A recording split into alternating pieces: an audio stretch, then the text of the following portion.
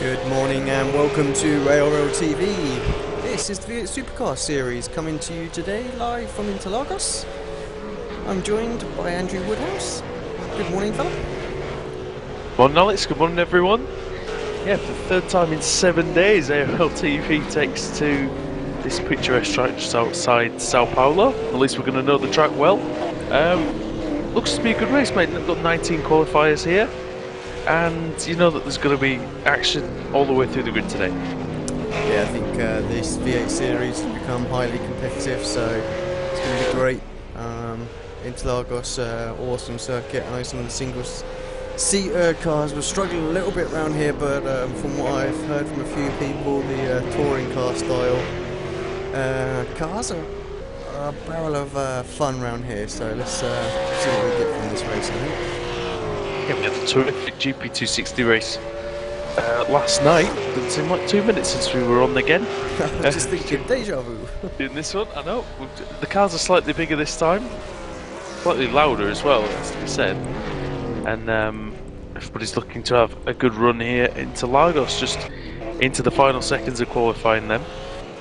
And Trevor Johnson is on provisional pole and he shares the front row with Tommy Kumper. West Journey alongside Nick Rainbird, but there's 8 tenths between them on row 2. Chris Stone, Jason Scandalera, row 3, Justin Allen and Brett Spicer on row 4. Harry White and Robert Rosengreen on 5. Row 6 is Stephen McPherson and João Oliveira. And then Cedric Finsack and Corentin Peters. Jamie Fuchs, Luke Emerton, Isaac De Figueiredo, Nigel Bushell, and bringing up the field surprisingly is Chris Brooks. Yeah, I'm sure Chris will get his time in there. I don't think he's out there, so... Got a horrible feeling I haven't updated the overlay system and Chris Brooks has probably got the wrong team displaying, so just want to give a little bit of a shout out and apologies for that. I'll try and get it updated for the next race. I was asked, I've just been a bit tardy. Just 2 tenths cover the top 3, Alex. Could be in for a good battle today. Especially with, you know, Tommy qualifying well again there today. Yeah, it could be fantastic actually. I really hope we see a great race. I do think some of the lads behind, especially Nick Rainbird, has a good chance, I think, of joining that battle. I think his qualifying time belies his true pace. Have a look at the practice times. Tobias was the one who managed to get the fastest time. Richard Lucky as well was 4th there. He hasn't set a time in qualifying though, so see if... I don't think he's going to set a time for the race, so whether he's going to start the race or not, don't know at this point. As the drivers are all set, go out to the grid. We've got 15 seconds left before that happens.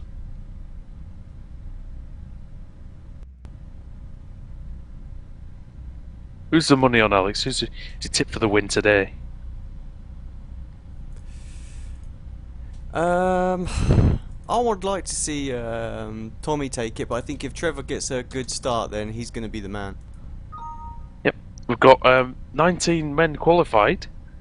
Richard Lucky and Mark Noble, they didn't qualify, but hopefully they will be starting the race today. I know Nobby will. Yeah, Richard was struggling with connections. I think he's going to start from the back of the grid. Okay, it appears actually that the apart from Mark, the rest of the Coastal Kitchenware team doesn't appear to be in the race today. Tom Jones as well, Craig Daw. I'm not surprised, being that some of them some of them might have been at the Grand Prix, I guess. So. Ah, see, yeah, somebody told us they were going, didn't they? Can't remember who told us that they were going. Definitely somebody did. That might have been Tom, actually. As all the cars get settled on the grid. This is going to be a difficult grid start, isn't it? It's uphill. It's bumpy as well, so it's going to be very difficult to get the power down, as it always is in this V8 supercar. Yeah, this first corner always a little bit hectic as well. as the last of the cars sort of make their way. A little bit of blinking going on. I think we can see Richard and Wade decided to opt for the back of the grid. Sensible thinking. I think we've got Isaac as well. For yourself? Sorry, mate. What was it like for yourself doing this uphill start in the F1 car? Actually, it wasn't too bad. I mean, I didn't get any fantastic starts. I think it's quite important to have the right gear ratio as well. The uphill, you really notice it if you've got a tall first gear, and you'll get bogged down, and people will get you before the first corner. Very important you get off the line well. Getting it stopped into turn 1's going to be interesting. We're just waiting for a couple more cars, about 5 seconds before the lights come on. We had a well-behaved start yesterday. Are we going to get one today? The V8 SuperCar Series here at Interlagos. The red lights are on, and the green light is on. Oh, Johnson didn't get a good initial getaway, but he got nice drive away in second gear into the center S's for the first time. Everything looks okay.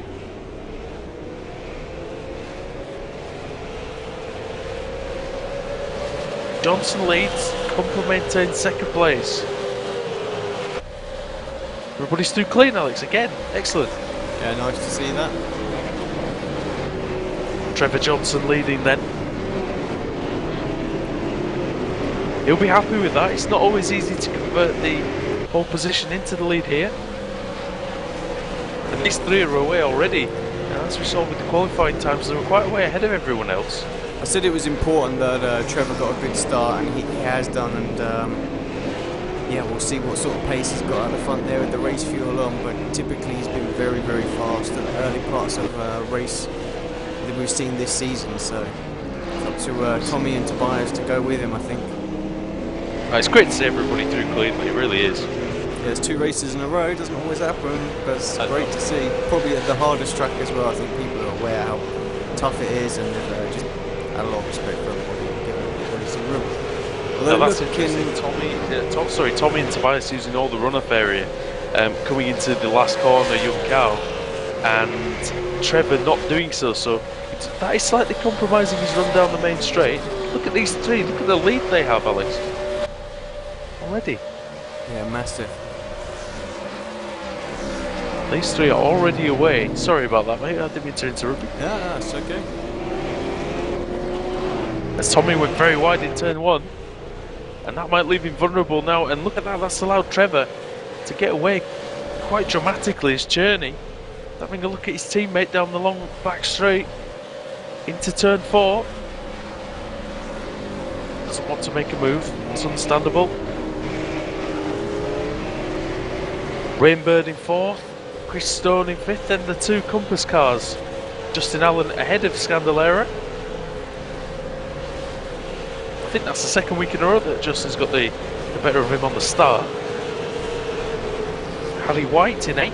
It's a good start from him. Spicer in 10th, coming under a little bit of pressure from the green food for Spirit car. Yeah, Oliveira. It's a green food for the Spirit car and a green Lenovo car in there. And I did get a little bit confused, I must admit there. It's Finsack going for the inside. Going to be tough in there. This one might be an easier opportunity. Next the wide line, Cedric Finsack. Who had a good run last week in the Twin Ring Motegi. Yeah, kept himself out of trouble, stayed out a long time, helped his teammate out as well there with strategy, so.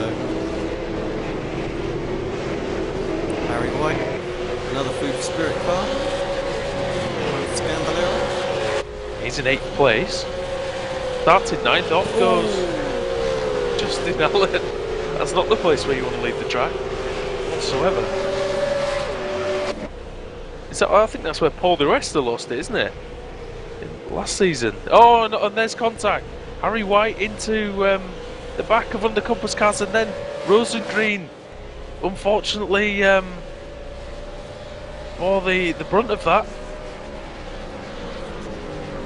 Rosengreen came through. There's absolutely nowhere to go, it seemed. As White turned back onto his normal line. You've got to watch where you're going. Come back onto the racing line. Just have a quick look at that one back. I mean, I don't know, Rosengreen was on the inside curb. That's a tough one. I think he was taking avoiding action, but again, it's difficult. White went flying in there to turn 1, it just missed his key point. Unfortunately, that's the first incident of this race. It'll be clumsy. It's easy to do though, isn't it? Yes, we've got Vinsack just having a little moment, and White comes and hits his teammate. He's not having a very good race today, is White. No, that's not very good driving at all. The first one, yeah, we said it's easy to do. That one, that's just rubbish in my opinion, that. And poor old Corentin Peters, just minding his own business, the Frenchman. Yeah, not good. Yeah, perhaps a bit of frustration getting in to White's race at this point, so made that mistake. Trying to fight his way back. Just saying, he'd had such a good start. And absolute disaster after that. You've really got to be more careful when racing around your teammates. Yeah, it's the first rule, isn't it, really? Don't hit your teammate. Yeah, and Romer Alcala, if he's watching... Yeah, shout out to the man. Indeed. His better half just gave birth, so hope mother and child are doing great. Yeah, and happy birthday as well, Romer, for yesterday.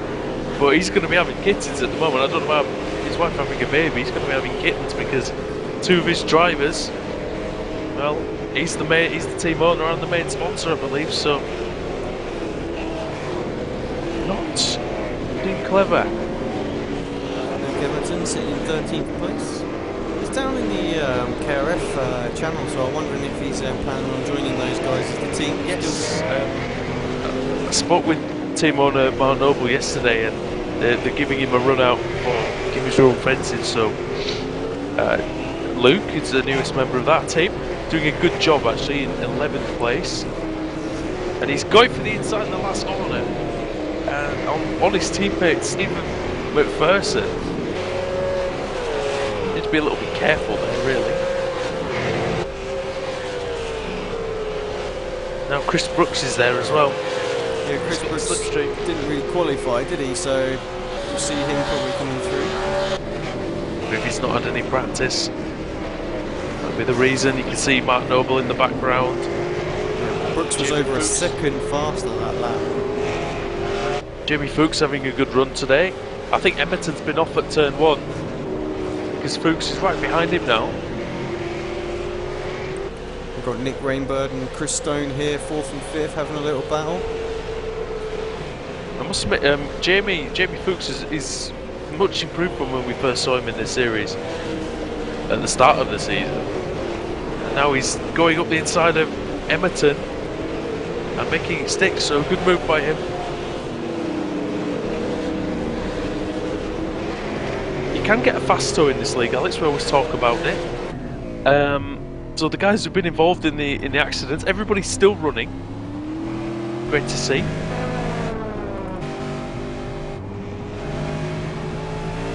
Isaac De Figueiredo having all sorts of trouble. I wonder if he's been in the wall. Just on board with Chris Stone, who's having a quick look on Nick Rainbird into the last turn. Thinks better of it. What it did do is it stopped any chance he had of having a run down into turn 1. Yeah, he's quite a way behind now, actually. He was only 6/10 of a second behind.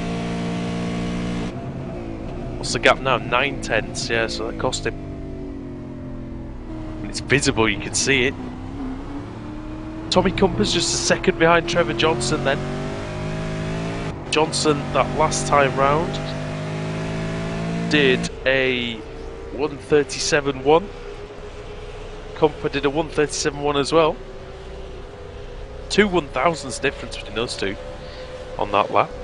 Yeah, Tobias just losing touch a little bit with those two. Well, I'm not surprised this is such a quick pace. Those lap times would have been good enough for 7th on the grid. So, these guys are flying away at the front. We know that Cherney though can come back later on in the race. We've seen it before. Not necessarily the quickest starter, is he? But yeah, I have to say, I think the two at the front are the quickest two for the first sort of like 5 to 10, 15, maybe even 15 laps, and then Tobias definitely the driver who seems the quicker when the tyres just a little bit more warm. It's such a shame that Chris Luck doesn't drive in this series anymore, actually, because I think he'd be a good rival for Tobias. Don't you agree? Oh, very much so. They're definitely very, very similar sort of drivers. I think the only difference with Chris is he just can make the fuel last even longer as well. So. Now, they did mention Richard Lucky, and he's having connection issues. He started 20th. He's up to 10th place though already. In 6 laps, it's pretty good going actually. He was the 4th fastest man in practice, but again, if you can't see him on the track, it proves difficult, doesn't it? Yeah, just having a quick look at him now, and you can definitely see that he's struggling out there with his connection blinking away. So I think this is on 2 wheels now. So yeah, definitely strangeness going on there today. Not sure what that's about. What I'm noticing today actually is that the ping numbers for the people outside Australia are much higher than normal. So I don't know what's going on there, because I'm getting a little bit of that as well. That's to be said. I'm struggling a tiny bit with it. Yeah, very, very tricky for Richard. He knows that when he makes a move, he's going to have to do it in such a way that drivers are fully aware where he is. Teammate as well. Yeah, just let him go. That's probably good, sensible thinking on his part there. Everybody's probably just going to let him through because they can't see him and he's going to win. Not fighting that. The thing is, there is a certain, as you see his car just turning up and over there, there is a certain element, Alex, of I'm not going anywhere near that, isn't there, until it lags like that. I was in a Grand Prix Series race earlier on this season. I think it was round 1, and I was behind who had similar kind of connection issue, blinking all over the place, and I just didn't get too close, and then I did. Sorry, Alex, Luke Hamilton going off and Jimmy Fuchs going round the outside, so these two have had a good scrap so far. Looks like Emerton's got more pace than Fuchs, but he's a lot less consistent, as he's got actually his team owner back there, Noble. He let Rosengreen through Noble, so he's right on the back of his new driver there, Emerton. Keeping a watchful eye, you would think.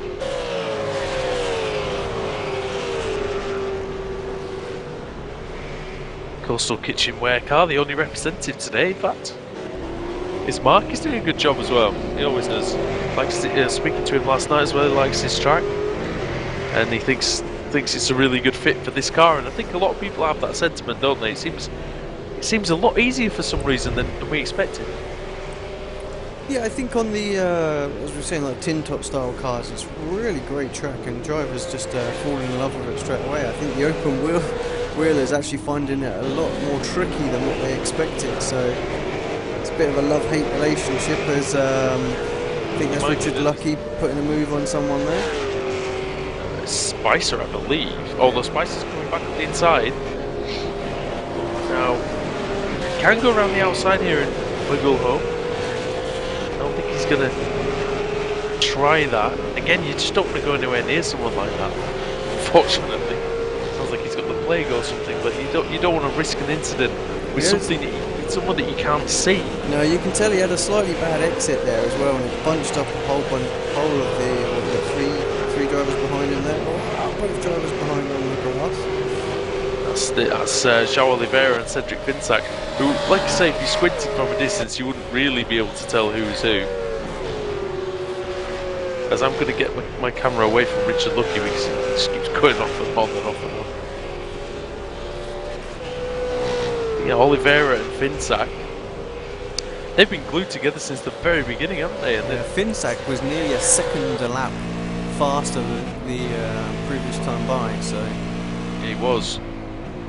He's caught up to this pack. It's a good little battle, this, actually, because you've got Spicer in there as well. These guys are sort of on a bit of an island on their own. They're 7 seconds behind Justin Allen, 3 seconds ahead of McPherson. Amazingly, Alex, Harry White is still in 12th, still on the track and still going. It's probably because all the rest of his competition have been assaulted. Yeah, I think he's just trying to get it to that point in the race where he can get into the pits, get fast tow, get his car repaired and get some fuel on board and make it to the end. So one of only 3 Englishmen in the race. Right. So I mean, it's good to see more Englishmen joining this series. We used to have quite a few, didn't we? We used to have many Englishmen in this series actually, didn't we? Yeah, the first season was touted a little bit more like the Ashes series, wasn't it? It was England versus Australia, but I think just the way the time zones work, the Brits just didn't want to get up and race at 10 o'clock in the morning. So it's fair enough, I suppose, in some respects. A Scandalera is going up the inside now. Then off Harry White into turn 1. Senna S's under braking.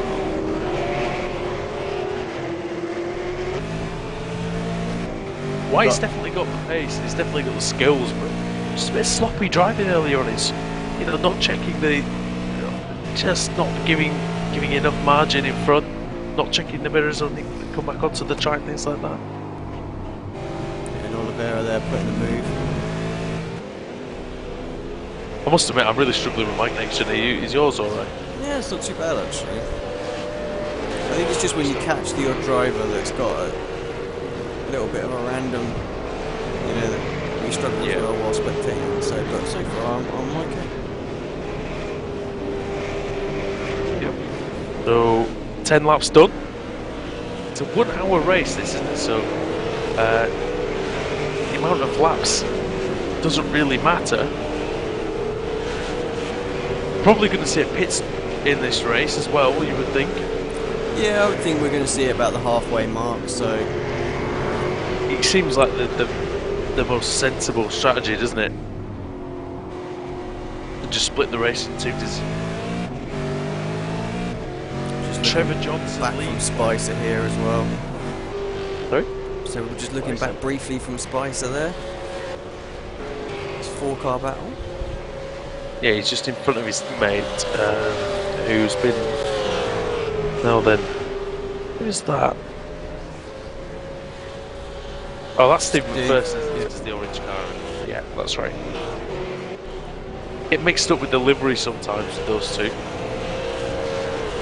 Now then, as McPherson's going to go through on Spicer. Down the back straight into turn 4. I'm wondering if Spicer's carrying a little bit of damage. His front end just doesn't look entirely... He can't turn in very well. Kosher, yeah. I think he's struggling a little bit there. He seems to be dropping back. He was a lot higher earlier on, so we've had Finsack and Oliveira have got past him as well. He's still now we're 11th on board with Rainbird, looking back at Stone. Yes. Stone considerably faster that time by as well. I think from this gearbox camera as well, really can see the undulations on this track. And Nick Rainbird in his what seems to be almost his customary 4th place, Alex. He seems to be always hovering around there. Yep, seems to be making that his own. That said, you can you can perform well and keep getting top 5s. You're going to end up competing at the end of the season. We only got to look at what happened last season with the CST guys. They didn't win a race until the very last one, but they won the Constructors' Championship and the Drivers' Championship. So it's very possible. Just keep the consistency that you're going to be fighting at the end of the season. Yeah, it seems like Cristonia is able to just keep slightly tighter lines than Nick. Says he's got the car underneath him, waiting for an opportunity. Now, one thing is, Lenovo, the work they did over the off-season and the work they've done so far this season has really paid off because they've really moved forward on the grid. And I think, and Finsack's performance really does illustrate that, doesn't it? Well, yeah, he's got a car underneath him now that he can drive more consistently. I think Roma did a lot of work in building the team up and getting a good bunch of guys. Obviously, they're partnered with the Spirit team as well. So you've got sort of, I think it's about 8 or 9 guys there in that team now. So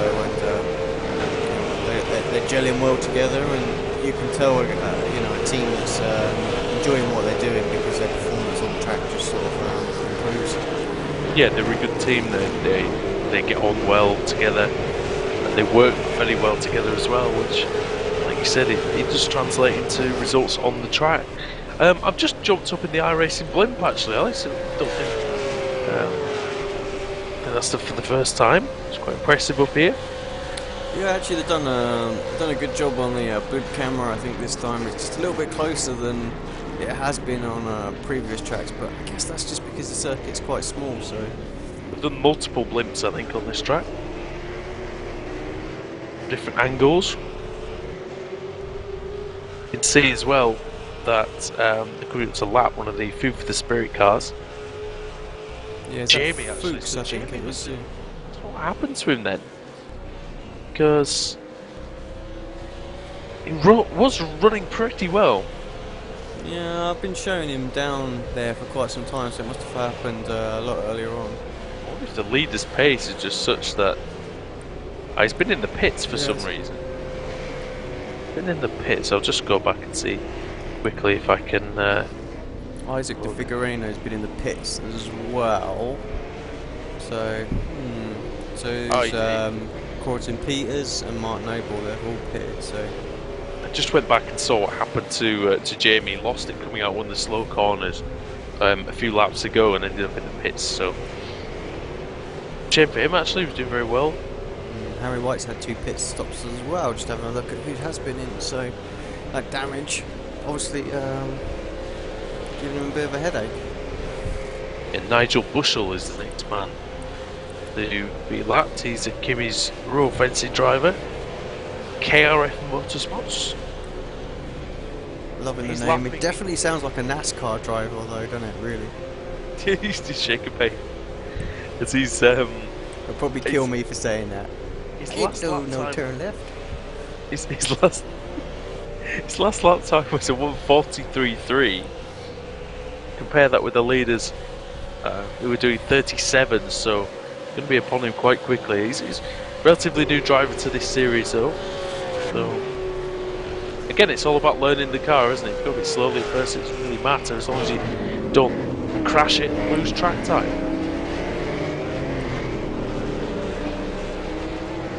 Still, we're keeping an eye on this battle between Cedric Finsack. I think we've got Steve McPherson and Oliveira there as well. Richard Lucky's passed Justin Allen, so he's up to 6th place. So he's made terrific progress really from 20th on the grid. That's fantastic, really. You've got to say what a great job iRacing have done on this circuit as well. But not only just the general infield section looks great and laser scan and stuff like that. They've done some work on the scenery as well here, so we can see the stuff in the distance. And, you can get some great shots on here, buildings in the background and things like that. So it's nice to see them paying a little bit of attention to the surrounding area as well.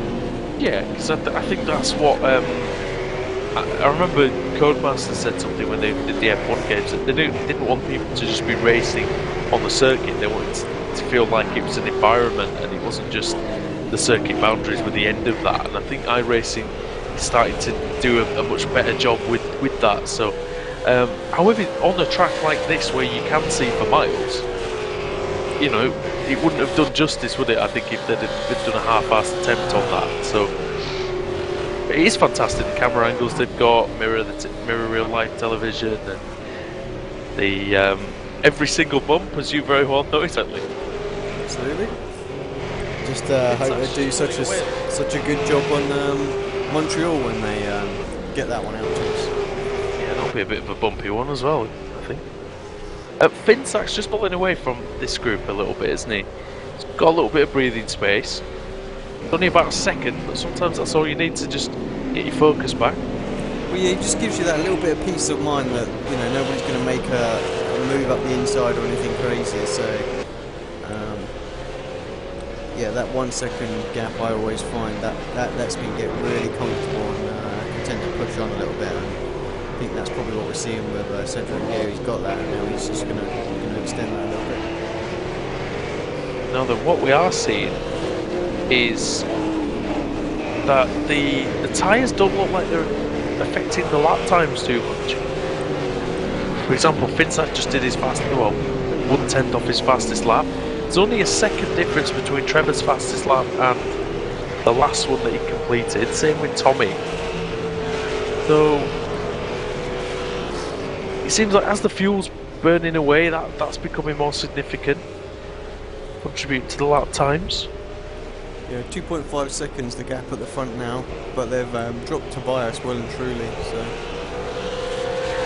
Tobias now 13 seconds back. So he's in the pits actually, I think. Tobias. Oh, he is indeed In the pits now, so I think he was about 5 or 6 seconds back anyway, wasn't he? So 13.9. Did it take tyres there? It's really quick.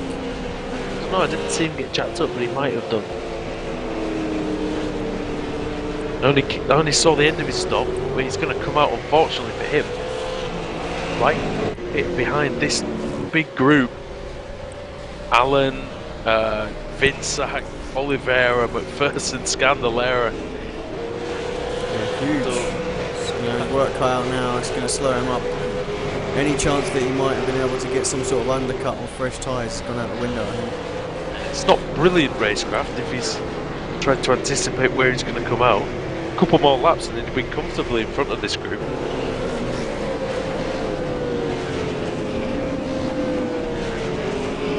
That's one thing, isn't it? I'm guessing the Compass cars are pit as well, have they? I don't know, it's hard to say. Crash, wasn't he, earlier on? Yeah, I guess Justin must have scored more. Is it just that Cedric started to reel those guys in and pull in the rest with him? Alan's last lap was a 45. Yeah, That might explain that, but we've seen in other races he's got a tendency to get a bit erratic in the middle of the race, Alan. So here comes Tobias on McPherson up the inside. McPherson leaves him plenty of room. No point fighting that once realised Tobias is on the front rubber. And actually, McPherson dives into the pits, and we've got another car in the pits as well. I'm not sure who that is. Finsack wobbling his way towards the apex of turn 1. I think he just scared Justin Allen out of that. As Finsack goes through. Allen's struggling, isn't he? Something's not right. Yeah, you can see that Oliveira's going to go straight through as well. And Cherney. This might block the passing move of Cherney, though. But he needs to make this move on the fresh tyres. Yeah, I think Alan's teammate as well coming through, Scandalera. I think Oliveira was pretty happy to let him have that once he got his move done on Alan. Yep. I saw Jason Scandalera racing some oval the other day. He was in a race with Blake. Well, Jamie Fuchs in the interview channel, I'm guessing his race is done. Yeah, I think he's disappeared. Yes, indeed.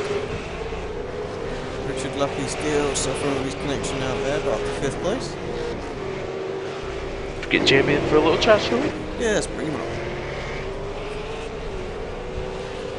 Hi Jamie, welcome to the commentary channel. Yeah, what happened there, mate? Tell us about your race. How did it end?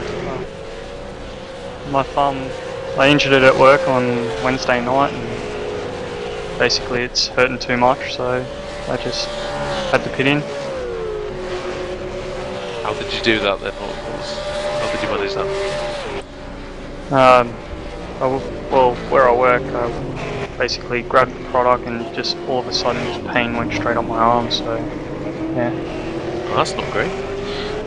Have you managed to get that checked out by anybody? Yeah, it's only minor. It should be right for next week. We were saying actually at the start, you were looking pretty solid, up in 15th, and then you had a spin. Was that just the pain that caused the spin, or was it something else? Well, I'd say about 5% was the pain, the rest was just overdriving it. Oh, as off goes, somebody went off down the main straight there, Alex, onto the grass. If they survived. Not sure who that was. I think it might have been Richard. No, it wasn't Richard. Definitely saw a car on the grass there. So what's tell us a little bit about the V8 and the Interlagos, how they work together. Is it a good track for the car? I reckon it is. It's a lot of, it's a hell of a challenge, but yeah.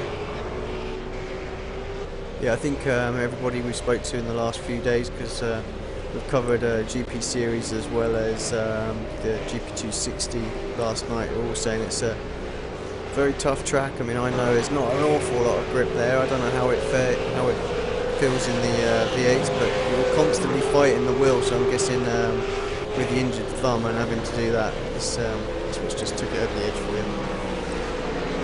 Yeah, pretty much. It's All an right, easy track to learn. It's just getting the setup right and getting it all together in one go. That's what.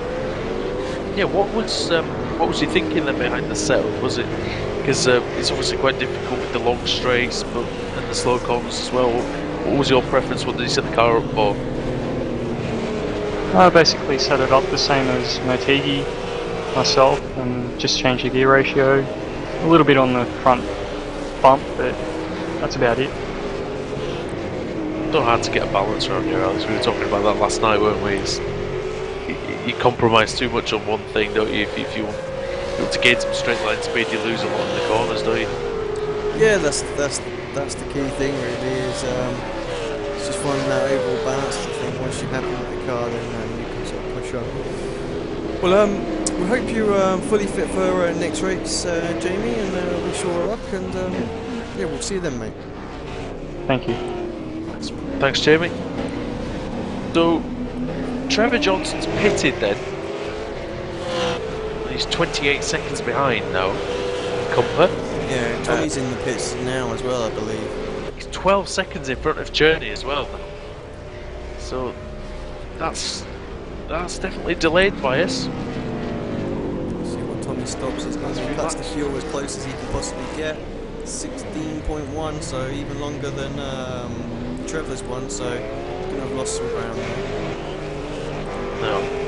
What can you do with the pit exit? Yeah, well, there can be time made between pit exit. Get that right. It's tricky Johnson's though. already down the end of the straight, mate. Journey's just about to come onto it.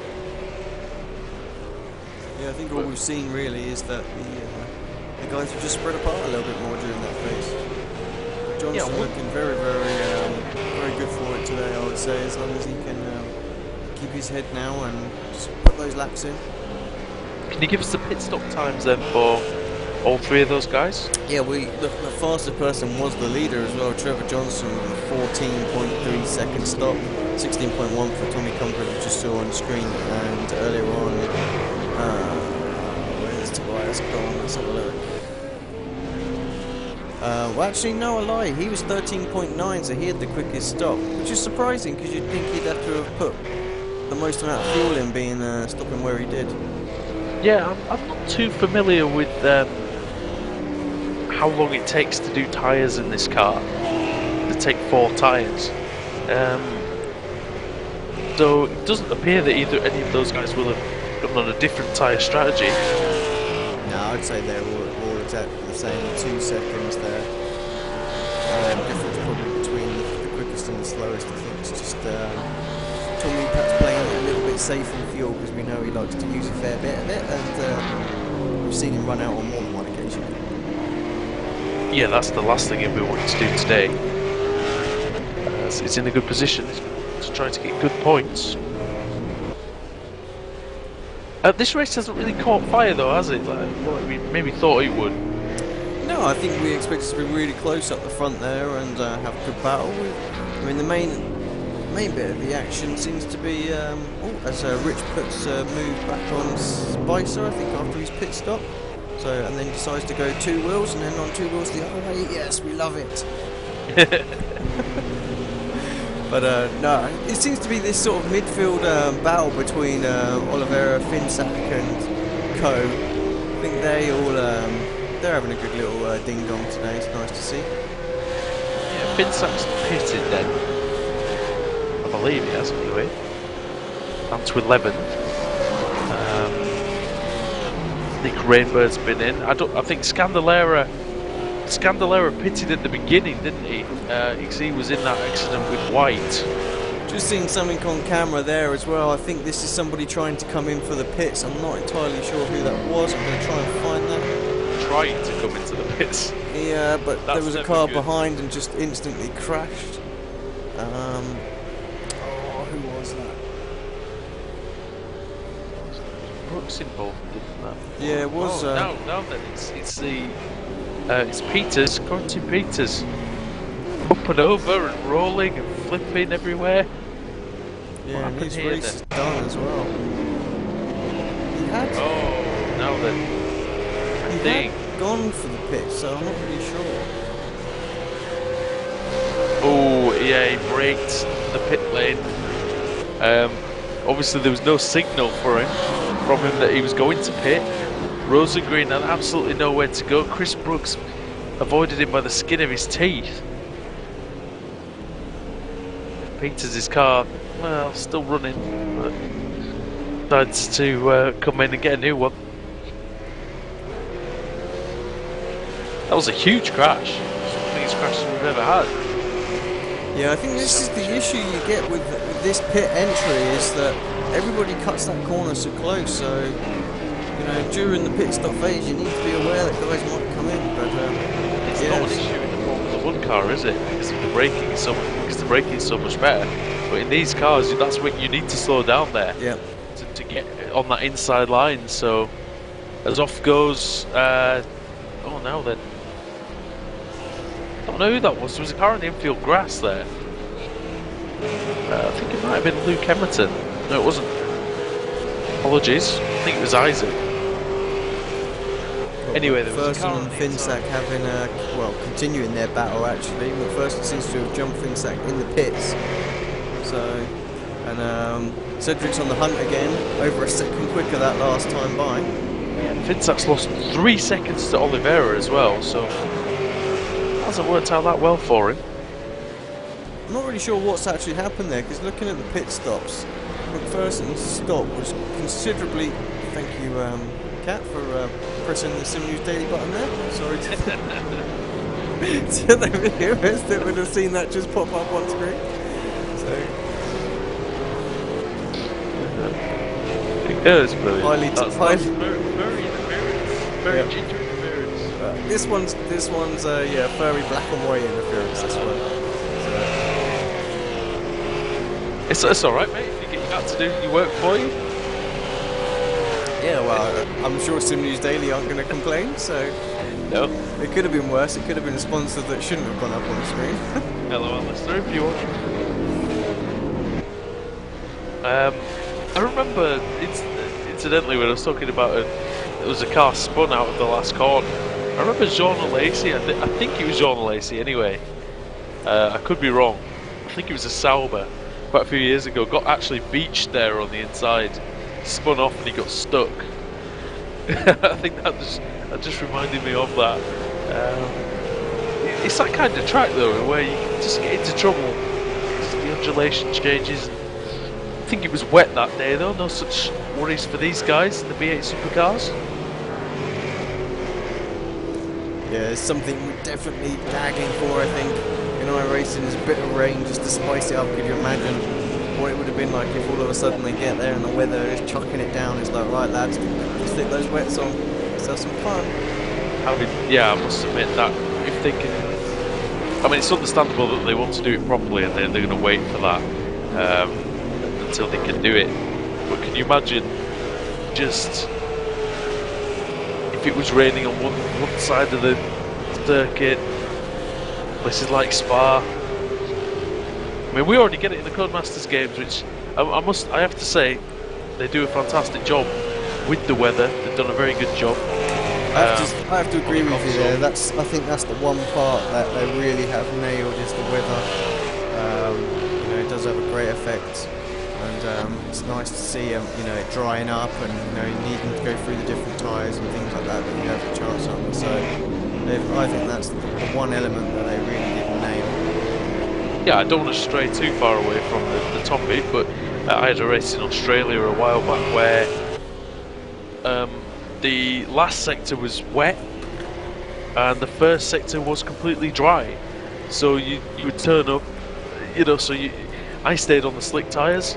I would lose time in the first sector, I would gain a lot of time in the last sector, and it made for a fantastic race. You really didn't know where it was going. This is the sort of thing we need here as well. I think on my wish list as well, different tyre compounds, tyre strategy rules for the different series would be great as well. They're officially sanctioned series, so I don't see any barriers to that really. No, not at all. We've got Harry White down on the channel. Let's just bring him up while we're keeping an eye on this battle between the first. Interested to get some reaction. Hi Harry, how you doing? Hi guys, yeah, I'm right. Tell us a little bit about your race today. You looked like you were involved in pretty much everything at the first few laps there. yeah, it was just a bit unfortunate really. I just tried to overdrive the car really and clipped Jason, and then I span and went across the first, span across the first turn, so just a bit unfortunate. And Yeah, then, did you just miss your braking point there a little bit? yeah, I think there was a car just in front of Jason going a little bit slower, which slowed him down, and I wasn't expecting him to brake as early as he did, so obviously I just missed my braking point completely and clipped him. Yeah, what happened with quarantine then? I think later on. What was that? I'm not sure really. I didn't make contact with anyone until they slid out. Someone just slid straight in front of me, so I couldn't really avoid that one at all. I was just going through the corner and, well, the car slid out and someone slowed down and I rear-ended them as well, so just another unfortunate thing for me where I didn't brake in time. Both my fault really. We just seen on screen actually, there was a big crash with coming into the pits. I think somebody about to pit and the driver obviously staying out. Is that a problem here? I mean, where do you need to brake for the pit stop? You know, if you're coming in for the pits this track. Well, first I hit at full speed, and then as I hit the wall, like the white barrier on the wall, I slam on the brakes as fast as I can, and you can just about slow down in time before the pit line for the speed limit. So it might have been a bit early then from. Trying to remember who it was now. Quarantine. Yeah, he's been in the wars today. Yeah, it was a spectacular crash on the main straight, but you were running pretty well today as well until the incident with Jason. That's pretty positive for the rest of the season, isn't it? Yeah. I mean, I haven't had a very good start of the season. The few races, well, the races that I have competed in, I mean, Iran was my first ever race in the V8, so I wasn't expecting to finish reasonably well there at all. But then Watkins and all the tracks that I've practiced for, I've done pretty well in. I've just had unlucky crashes, and well, mostly my fault, mostly rookie mistakes. I just need to, get my racecraft up a bit in this car because it's a really difficult car to race.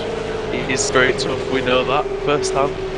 And how are you getting on with the team and the lads there as well? Because they're a good bunch of lads. Yeah, the Nova team are brilliant. They can't help you enough, really. Always sharing information. And we're always communicating between the main Nova team and the Food for Spirit one as well, which is really good. Yes, so surely it'll only help you to move up the grid and keep going. I mean, we've seen how Cedric's performance has increased since having a better car underneath him, so hopefully you can be the same for yourself.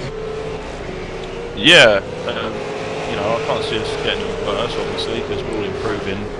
It's up the inside. Oh, there's contact there, sorry Harry. As João Oliveira gets punted off by McPherson. Yeah, McPherson's, I think, is trying to wait for him as well, so... That's on the last corner, young cow. Vinsack will be loving that. It's away. Yeah, sorry Harry, carry on. That's alright, guys. Yeah, no, I was just saying we can't really get much worse, and we're always improving our setups and stuff like that. I mean, I got a setup this week. I was running 38 steady, and then I can't remember who it was that. I think it was Richard that gave me a setup, and it cut like a second or two off my time. So you know, it really does help a lot.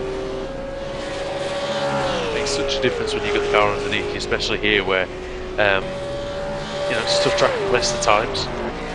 Thanks for your input, thanks for your answers there, and good luck for the rest of the season, mate. Right, yeah, cheers guys, anytime. Sorry. Harry White there, maybe we were a little bit harsh earlier on with the incident with quarantine, because he says he didn't see it coming really, but again, it's things that they'll be ironed out as he gets more experience in the car, as he said himself. So as McPherson, I think I don't know if he did wait for Oliveira or not. And it appears he waited, but he hasn't let him through as yet. He might be doing that now, is he? Apologies if I seem distracted. Getting poked left, right, and centre By the black and white furry thing. the Callaghan.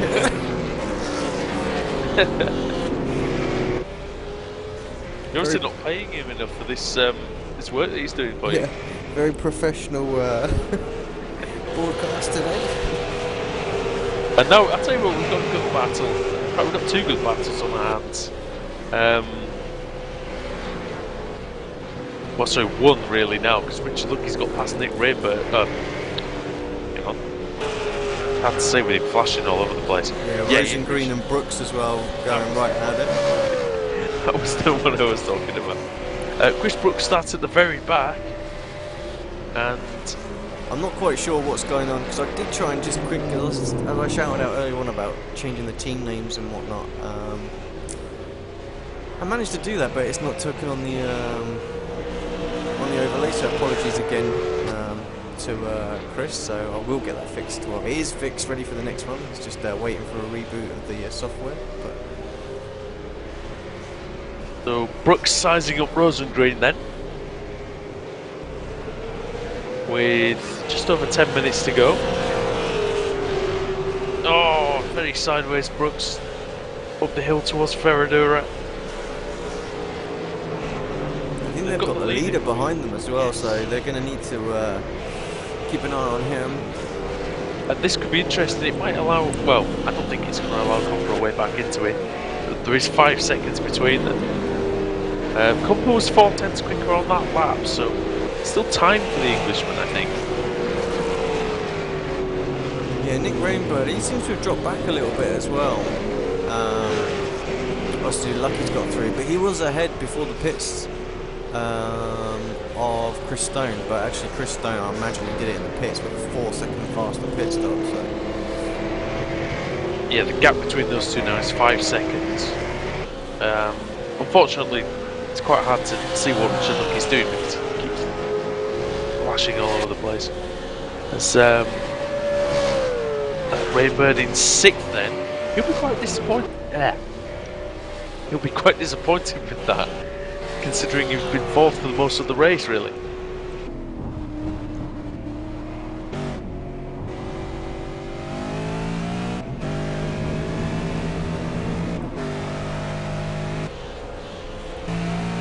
Lap 30 then, here at Interlagos. 12 minutes to go. ARL-TV, V8 SuperCar Series, Andrew Woodhouse and Alex Simpson with you as usual. And I have to say, this race hasn't been not been the greatest one we've ever had, but I mean it's been largely a clean race, which has been good. Only seen a couple of accidents. Yeah, I think the front 5 of 5, 6 now have found their position. I don't think we're going to get too much change up there, so let's just keep an eye on these midfield battles, see what's going on. Lucky's about half a second quicker than Stone, but I don't think he's got enough time to make a move. We've seen that it's quite difficult to overtake as well if you have a similar, if you have a car of similar speed to your opponent. So it's the age-old problem, isn't it? catch, every but driver. passing's another thing. Yeah, that's it. We've seen, and I think with Interlagos as well, it's relatively easy to get past if you have a speed advantage. But if you're quite, if you're both high-end competitors, There's Trevor Brooks. Trevor Johnson on Brooks. there you go. Got there in the end. So, and then Rosengreen will be next. But this will be interesting to see if Brooks can capitalise, because Rosengreen's going to have to let the leader through very shortly. Maybe even down into this complex here, coming out the centre S's. Yeah, Brooks did it in the right way actually. Did it in a position where he wouldn't lose too much time. I think this is what Rosengreen's doing now, and he's done a good job of that. Excellent. He's going to get a little toe off Johnson as well. Down the back straight. Yeah, clever driving there really. So he had, like I say, he had the draft Oh, from Johnson as a defence there. Thought Brooks had gone in a little bit hot there. It turned out he was okay.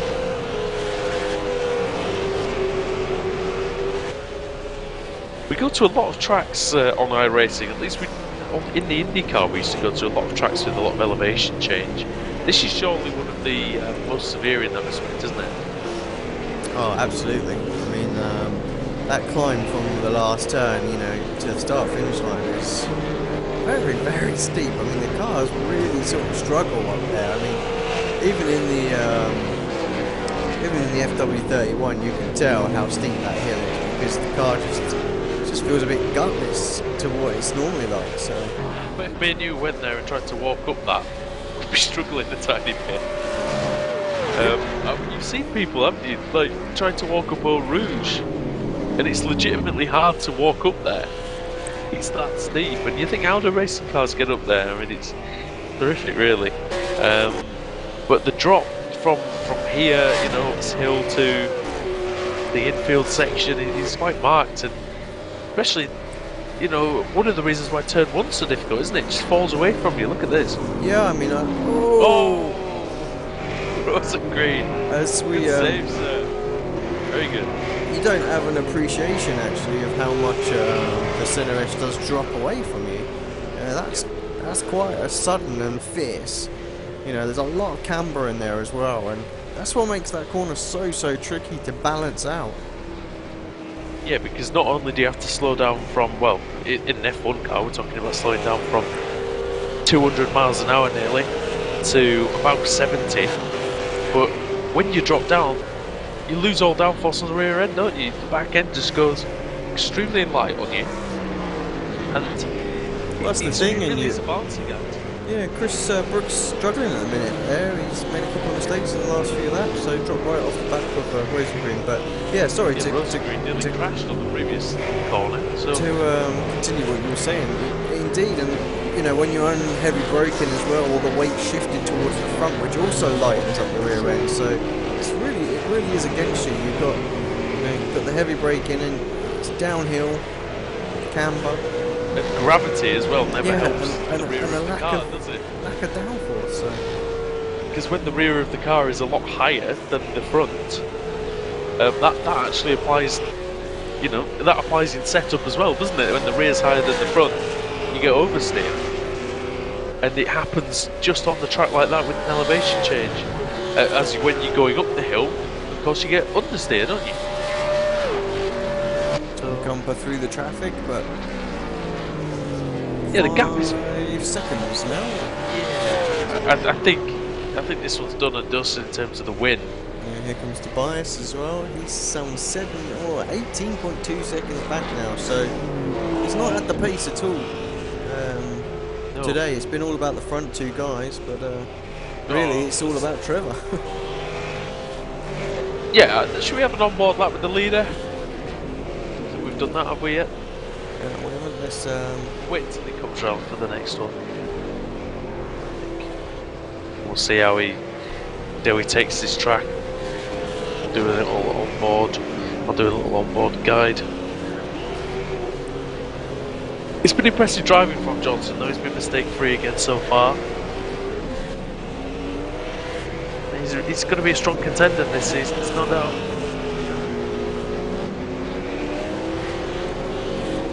yeah, long way to go in the championship yet as well. We're only what are we, round 4, 5 now? I I know I missed some, six, so I'm not possibly 100% six. sure. Yeah, that's shoddy preparation there, right? Right, that's oh, it's no worse than your broadcast colleague. Yeah. It's still Okay, Saturday so, morning. yes. Over to Okay, you. so on board lap with Trevor Johnson and the Autodromo and Carlos Manche. So the elevation down the main straight, brake at 100 meters, get it turned in very gingerly on the throttle. Through turn 2, you don't want to spin the car up there because it will just compromise you all the way through turn 3, which is just about flat out in this car. Now the main straight, or the back straight, sorry, reasonably long, braking just before the 100 meter board again. It turned in for turn 4. Oh, very wide onto the AstroTurf there. He's lost some time, no doubt about that. Now then, another short straight up the hill towards Ferradura, double apex right-hander. Don't want to be too wide on the entry. Oh, it's so slow through there in this car. Okay, down into the right-hander at turn 8.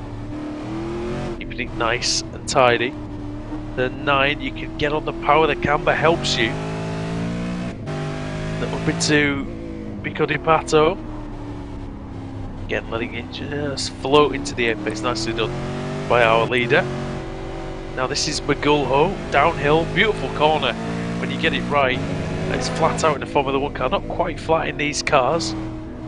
The last corner, young car, very easy to run wide and off the track and even spin the car there. Now this is a tough section. Not as easy as it looks at all. This car is right on the limit. That's why I think, as he comes through to end this lap, at least I think that's why we've seen a few people going wide onto the grass there. It is just flat, isn't it? Yeah, it looked like it there, and he was having to work the wheel to make it happen as well. Very tough. It's just on the limit of adhesion. It's amazing actually how slow Trevor had to go through some of the medium speed corners there. Yeah, I think this car's big and heavy, and it showed. you're so used to seeing Formula style cars around here that are so quick, so area dependent. When you stick a tin top on it, just see what they have to work with. Yep. I mean, you know, Johnson, that lap was a 37.7, and that was. That was a 10th faster than Tommy Cooper on the last lap. So Yeah, again, it's 10ths faster than Tobias, so it gives you an idea. Still a pretty tidy lap. Yeah, I mean, he did make one little mistake in there, but apart from that, it was very good. In the middle sector, I must admit, it looked nice and effortless in the middle sector, and I think that's what you've got to do. If you overdrive that, you're just going to slow yourself down. So let's have a look at the order then, just with a couple of minutes to go. Johnson from Compa, Journey, Stone, and Lucky, that's your top 5. Nick Rainbird 6th, then Jason Scandalera 7th, Cedric Finzak 8th, Justin Allen 9th, Steve McPherson 10th, after he's coming together with the man behind him, Joe Oliveira. Robert Rosengreen 12th, he's the first of the cars a lap down. Chris Brooks 13th, Luke Emerton 14th, Mark Noble 15th, Isaac Figueiredo 16th, Nigel Bushell 17th, Brett Spicer, Harry White, Corentin Peters and Jamie Fuchs failed to finish. So 4 seconds is the gap now. There is a bit of traffic for Johnson, but you might not even catch them actually before the checkered flag comes out. Do we have the white flag yet? We've got 2 minutes to go. I'm thinking we'll probably get this lap in, and then next lap will be the white flag will come out. So it's still doable for Copper. I mean, he will need a mistake from Johnson, but not completely out of the question. yeah, he's slowly reeling it in. I mean, half a second he caught up that lap. We saw last night a terrific finish in the GP260. If you haven't seen that, that'll be up on YouTube or go to our Twitch TV channel as well. Definitely worth the watch. That was a great race last night. And today's one hasn't really lived up to that, but definitely been a good watch. And Johnson again, proving that he's one of the best drivers in this series. He's going to be a worthy winner if he can keep it going. Johnson crosses the line, there's a minute to go, so pretty much guaranteed this is going to be the last lap.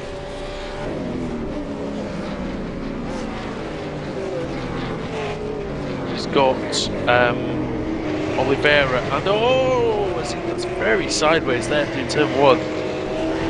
Not what you want. Hoping you're a lap away or up or 2 away from winning the race. That looked very, very twitchy. 4.2 is the gap as Noble lets Oliveira through. I'm sure Noble will let.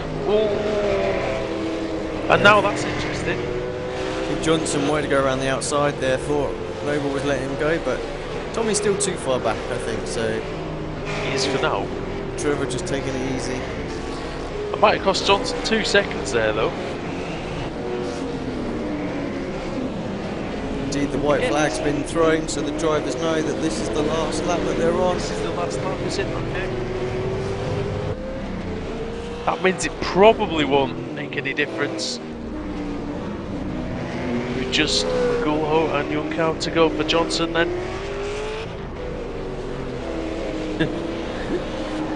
Mark Noble just chewing the fat a little bit with Johnson over that one. As he comes through for the last time up the hill. Trevor Johnson's drove brilliantly today at Interlagos, and he's going to come through and he wins the V8 Supercar race here today. Brilliantly done, started from pole position, and he never looked like losing it. No, and Tommy Campo drove a fantastic race in second as well. Yeah, that's one of the best performances that he's put in. Managing to stay with the leader for the entire race as well, which he's sometimes had problems in the second half of the race, hasn't he? And no such luck today. And Stone just holds on from Lucky at the end there as well, those two finishing less than a second apart. Yeah, that's a good effort from Stone actually. Qualified 5th, finished 4th, he's going to be extremely happy with that. Lucky's going to be really happy with 5th. Oh, fantastic drive from the back, you know, kept it. I mean, it was, you know, I think the guys will appreciate that he started at the back, so not really involved in anything going into that first corner with that kind of a connection. He bided his time and just waited and did the overtakes in the right place and didn't really cause too much trouble. So even though he had that dodgy connection, you know, he was still able to have a bit of fun today. So it's great that he was able to stay in it. Yeah, one of the keys for him was that he managed to make up 10 places in the first 6 laps. Not really helped his charge, and he came through with the top 5. Cedric Finsack, 8th place, excellent. Yeah, delighted with that. You can see him having a little wobble down there. So well done to him. It's a good solid race. Kept out of trouble as well, which has been one of the problems for him. McPherson, I think, coming across in 9th, is it? Oh yeah, McPherson actually taking the position away from Allen on the last lap. And what happened there? Might need to go back and have a look at that because Allen was in front. Yeah, Oliveira in 11th. He's saying on the chat actually that he had frame rate issues, and it looks like into turn 4.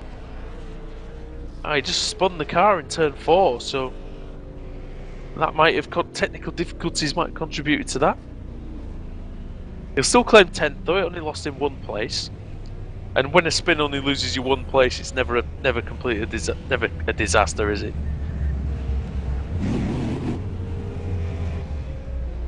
Richard Lucky bemoaning his connection there. I think if he had had a better connection, he might have even been able to beat Stone, so who knows?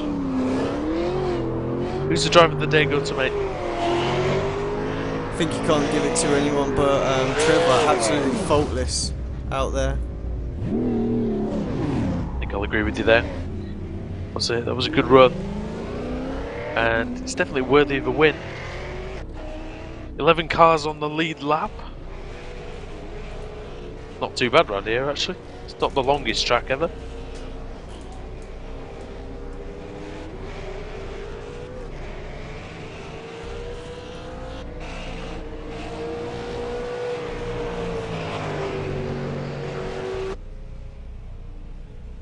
a good race here at Interlagos. We've had not as much action as we would have liked, but definitely had a hard-fought battle up front. Only 2.3 seconds separating them.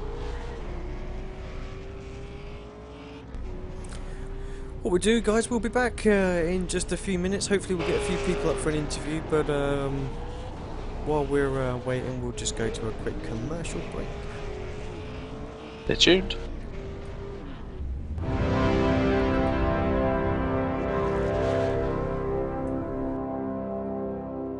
Race fans, it's time for those most famous words in motorsports. Drivers, start your engines!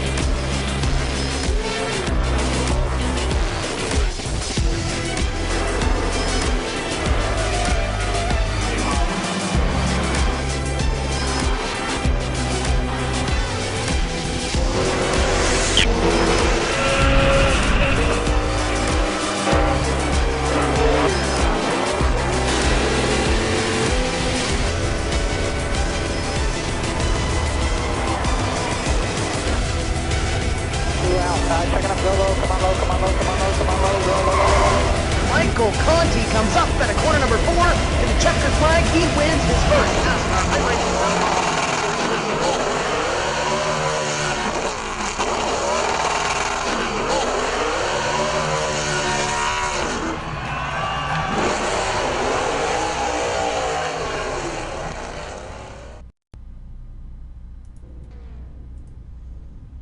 Welcome back, and yeah, we're just waiting for a couple of the guys to come up, but we thought we'd quickly review the start again for those of you that missed it earlier on. It was a great start actually again, Andrew. Second time in as many races, we've just seen a nice clean getaway.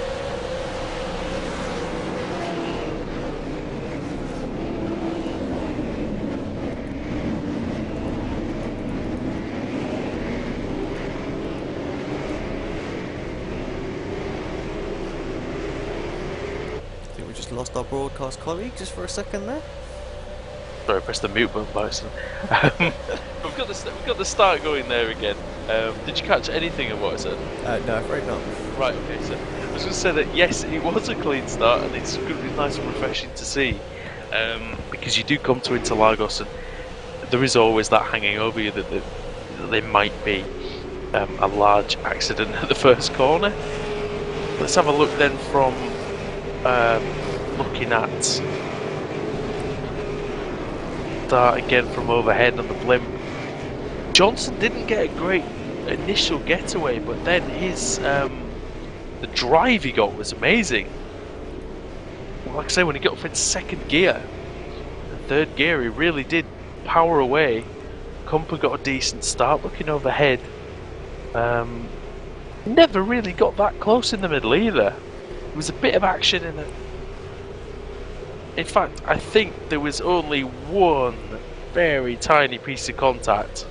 I think it was Finsack and McPherson, but yeah, that was only a tap. And it didn't really affect either of them, did it? There, I saw. Well, actually, yeah, McPherson went off the track actually, slightly onto the grass. In fact, lose anything there. Have a look again. Just have a look and see. It all bunched up a little bit in the middle. It so often does here as well. But all it takes, we've said before, all it takes is, for instance, somebody on a row in front of you to get a bad start and somebody on the row behind you to get a good start, and suddenly you fall wide. So, there was a tiny bit. That's what happened to Isaac then at the start. But when McPherson went on the grass, he came back in front of Jamie, I believe. Jamie had to sort of just avoid him slightly, and Isaac was actually there. And Isaac ended up in the wall outside of turn 2. Apart from that, though, everybody got through cleanly. Good to see that. Right, got a few drivers down there now. I'm thinking we'll bring up P2, Tommy Compa. Yeah, go for it. I don't. Oh. Sorry, Tommy. Cut you off there in mid-conversation with your teammates. That's cool. Congratulations, another podium today. Thanks, guys. Interlagos V8s. How's the race for you? Track combination. I actually really enjoyed this race. I mean, towards the start, kind of felt that I had the pace to keep up with Trevor. I noticed he was getting a bit leery on corner exit, but when he settled down, he was kind of pulling away from me a bit. But you know, I was slowly pulling away from Tobias. So yeah, sort of again in no man's land. I was having so much fun driving that car around there. It just seemed to perform so well. Sorry, mate. Go on. No, go for it. We were just talking about the start. What's it like, knowing there could potentially be trouble here? What's your strategy at the beginning? Just don't brake too early, maybe? Don't get caught up in anything? If I had a better start than Trevor, I would have been a bit more aggressive, but I noticed that he just got a better start than me, so I sort of just probably braked about 10 meters earlier than I would have, just to sort of, I don't really want to run into him, because if I braked late to try and pass him, I would have gone wide and hit him. But which so often happens here, actually. We see it so often. That's how the big crashes get started, I think. So you did right, I think, there. Yeah, there wasn't anything behind that happened, was there? No, there was a tiny bit of contact behind, but it wasn't anything serious. I mean, nobody really got in trouble from it. I think we were saying before that so often your starts are very good, and the first half of the race is very good, but you haven't managed to get the second stint completely right consistently. You seem to do that today. What was the difference, do you think? Well, apart from the pit stop, I kind of got thrown a bit by. I didn't realise we were running full tanks. I thought it'd be 80% fuel. So I kind of had a pit strategy set up for that, and I just pitted about 2 or 3 laps after Trevor, and probably put about a gallon too much fuel in. But I don't think I'd have been that much closer to him at the pits. But I actually reduced the front and rear anti-roll bar for the second stint. Right. It kind of gave me a bit more turn-in. I think that helped my pace a bit. The pace kind of dropped off more than the first stint though, as I was trying to catch up with Trevor. Last question from me then, before I'll let Alex talk to you a little bit. You managed to beat your teammates today. So we're pretty happy with that. Top Lenovo driver. Yeah, it's not bad. They're quick guys as well, so that makes it all the better. Yeah, Tobias has been excellent this season, and you did well to comfortably beat him today. You're looking to, obviously you're looking to finish the top Lenovo driver at the end of the season. Do you think you can do that? It'll be tough, but I don't really care where I finish, to be honest. I just want to have fun racing. Well, that's a good attitude to Well, have. it would be nice to sort of beat the other guys, but Of course it would. as long as I'm having fun, that's what I already care for. Yeah, tell us a little bit about the preparation you had this week. Did you get any more time to practice?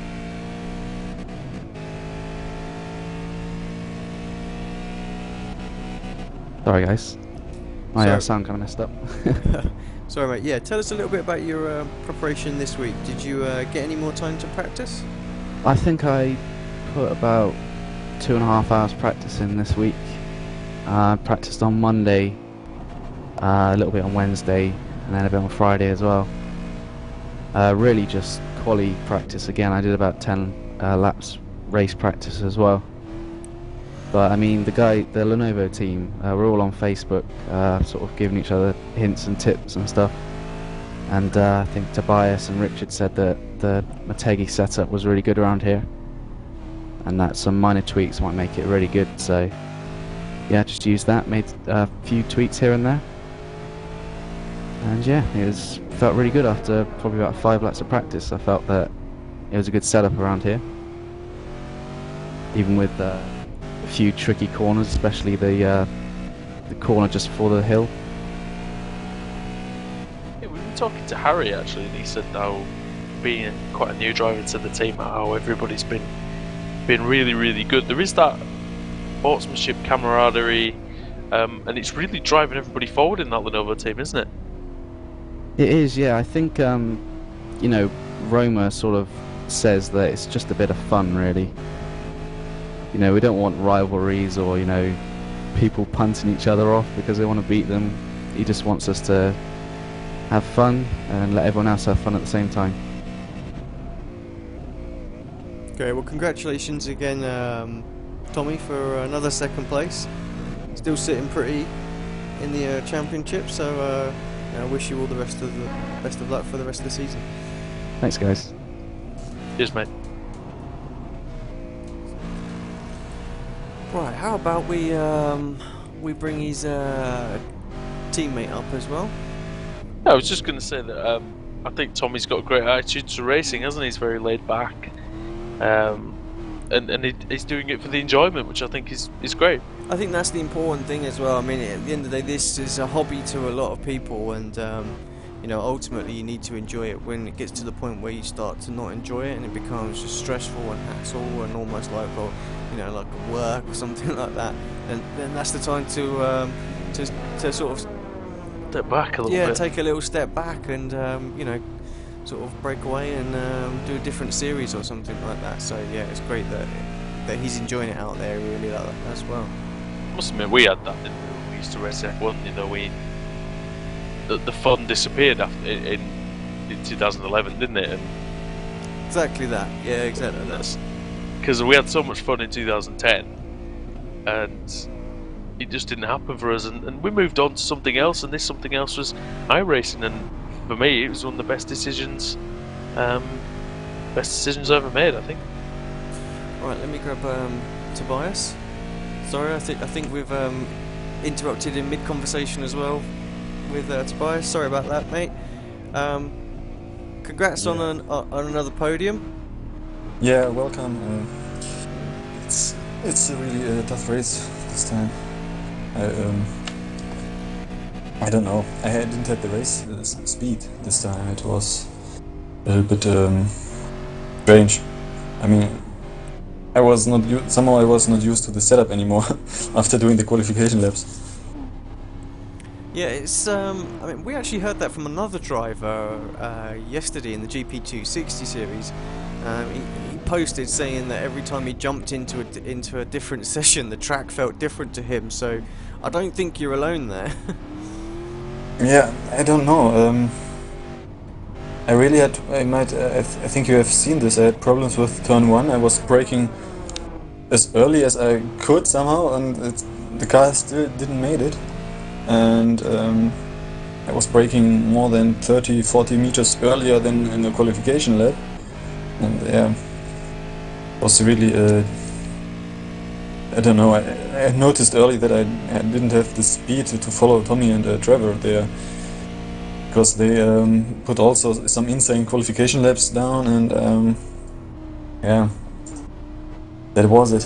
I tried to follow and maybe jump a few not positions, but made a few seconds with an early pit stop. And then it worked better. The tires somehow worked better then. I don't know if I had a bad tire set for the first stint. Yeah, well, we saw you come into the pits early. I think, unfortunately for you, you come out right behind a gaggle of cars, and any chance you had to sort of get an undercut had gone because you had to do a lot of overtakes. So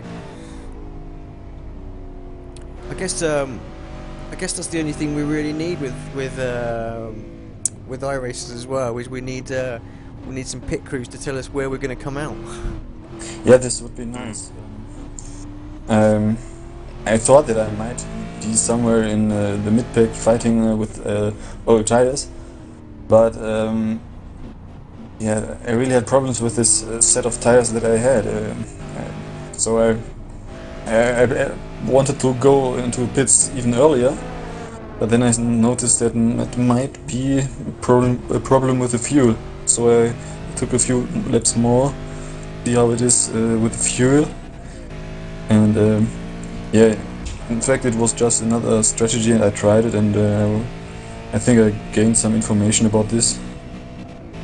Yeah, I mean, Yeah. it'll definitely do you good next time. Well, we saw that you did a very good qualifying lap, as you said, and we did expect you to be up there fighting, especially at the start when you three broke away from everybody else. Were you a little bit were you surprised that you couldn't keep up with Tommy and Trevor, or were you expecting that they would be a little bit quicker? Well, I expected that they will be a little bit quicker because I was in a practice session with Richard, lucky yesterday, and I saw that he could have much more constant lap times pushing down than I could. I knew that I went fast for one lap, but I didn't make it for several laps in a row. So I think it's somehow the track. I'm still not used to it. There are some corners that are not easy to drive.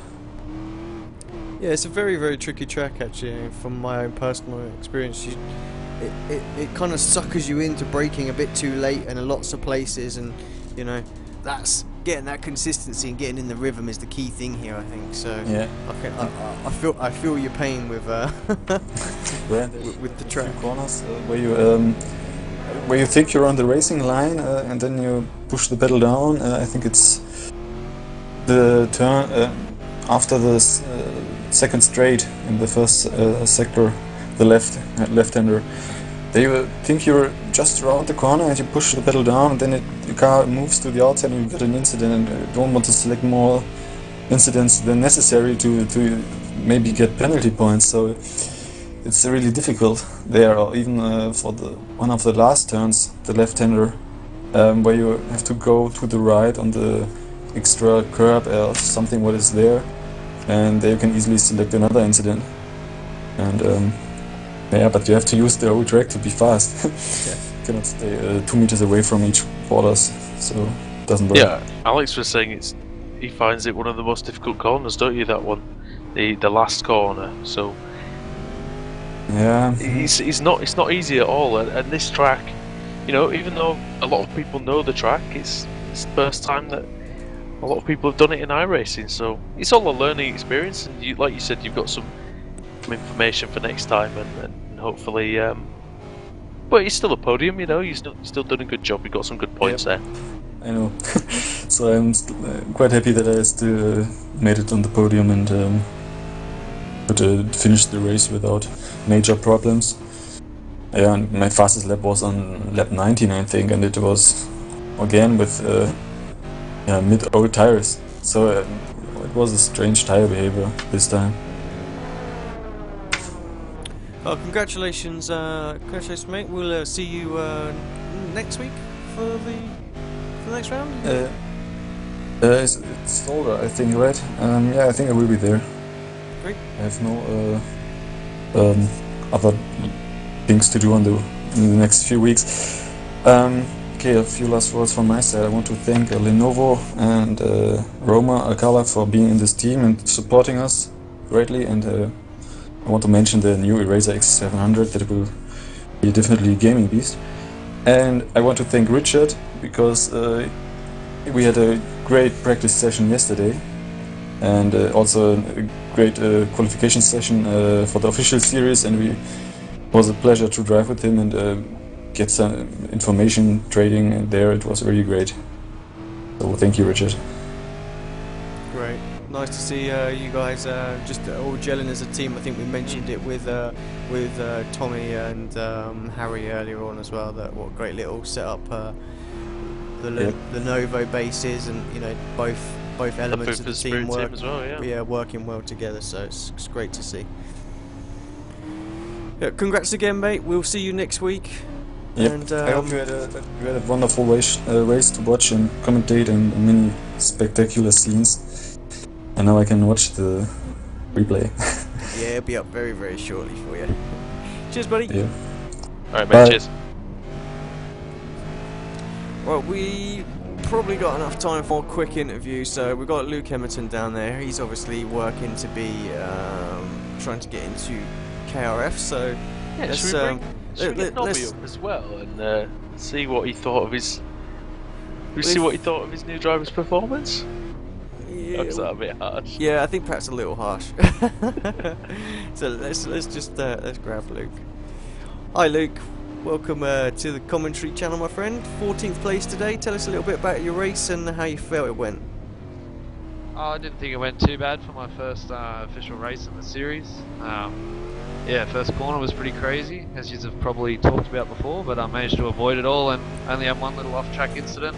Managed not to take anyone out, so it's good. Yeah, we were saying you had a good opening to the race. Tell us about the start. It's quite difficult on this track, isn't it? We talked to other drivers about that, and it looked like you just took your time and managed to get through it. Yeah, I just thought, strategy was pretty much just, stay out of trouble, and I've been practicing a lot on the course, and just avoiding everyone and make sure I didn't take any of the leaders out as they came round, and had the fuel down pat. I had about 3 laps worth of fuel left at the end, so the pit stop was good, and yeah, but running without a clutch at the moment. I'm running just a standard kind of setup with a Thrustmaster steering wheel with no clutch, so the starts are a bit tricky. Yeah, I can imagine that's would be a bit of a nightmare. You had no clutch for a while, didn't you? Yeah, so it's not easy. So No, pretty much just neutral drop it. Yeah. You're planning on joining Kimmy's Rural Fencing, I believe we sort of heard? Yeah, I was speaking to Nobby, and he gave me a bit of a drive, and I did about 3 hours worth of practice with him, with the team last night. Went through a few setups, and seemed to help my driving a lot as soon as I had a half decent setup under the car, and improved my time significantly, so yeah. And just looking at this surname, any relation to John Emerton, is it? No. John Emerson, I think. Emerson. Rubbish. Fail from the commentator. Emerton, no.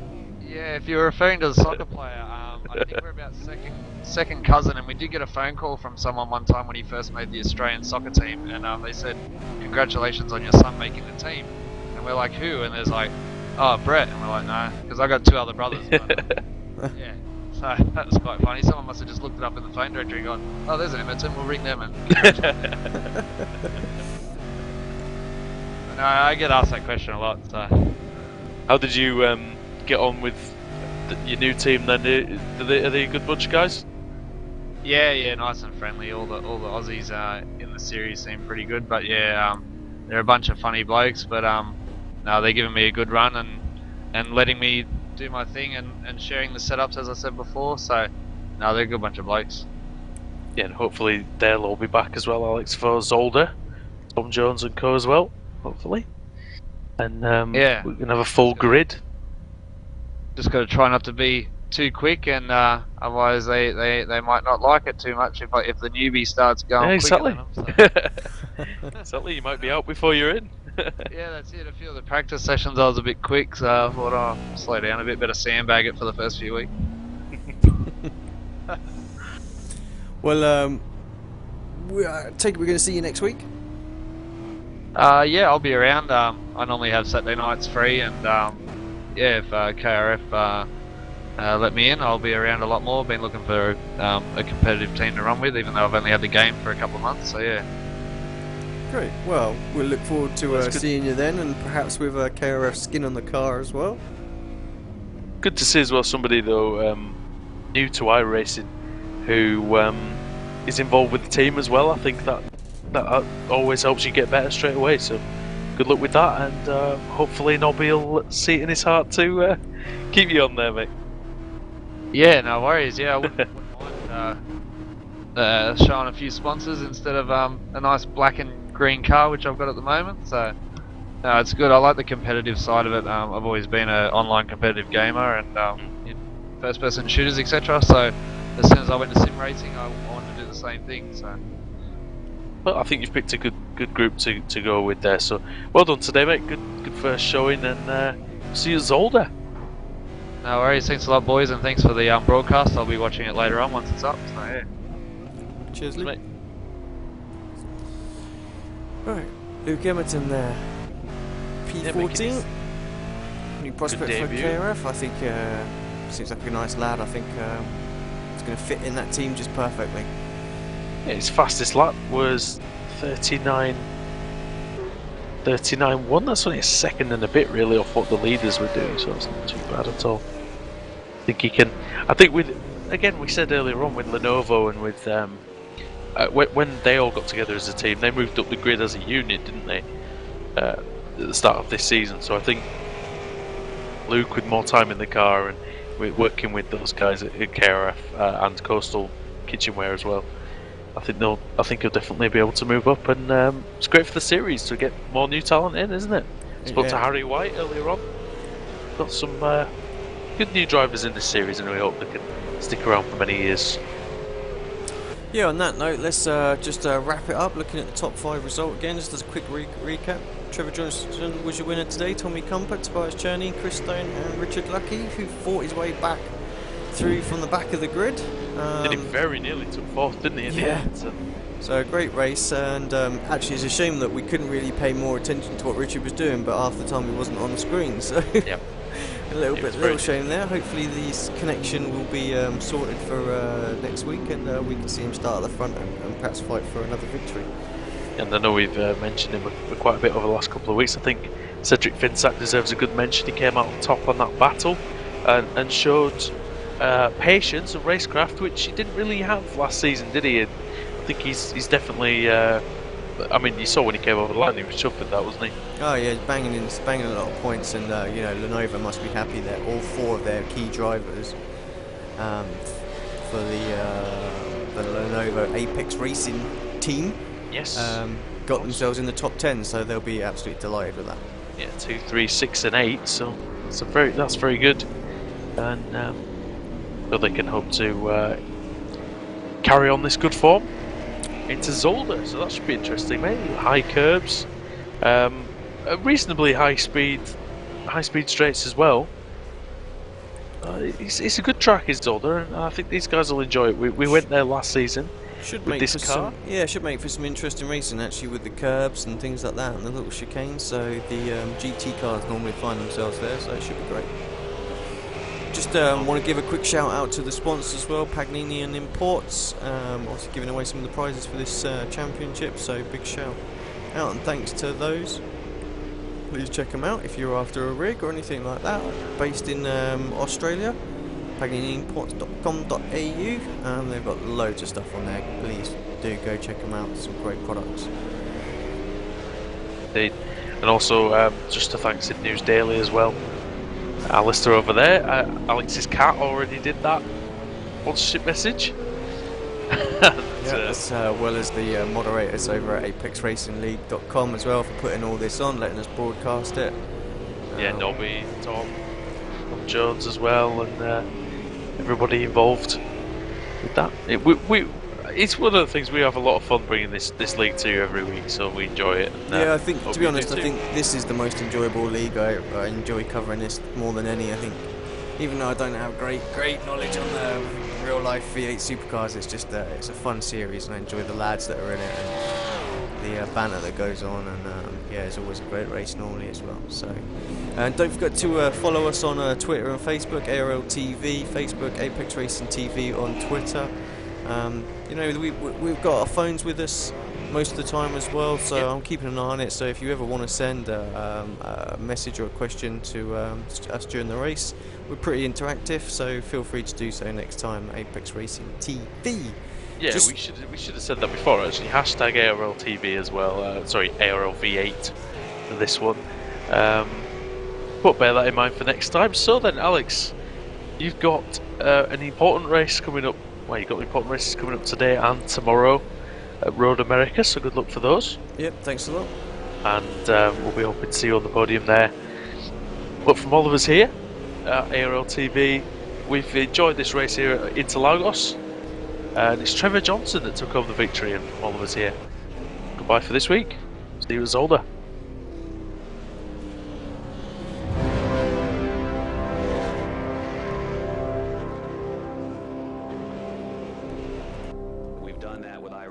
We're creating a new NASCAR sanctioned series. The world can compete in from their homes. They're all just fans really wanting to know and to be able to get as close to the realism of driving a race car as possible. And there's nothing really that catches it quite like iRacing. it can be a tool for guys that don't have a lot of experience at a track or don't, you know, have never been somewhere. You can crash a lot. It doesn't hurt. Doesn't cost you a lot of money, and you can get an idea of what's going on before you ever get to the racetrack.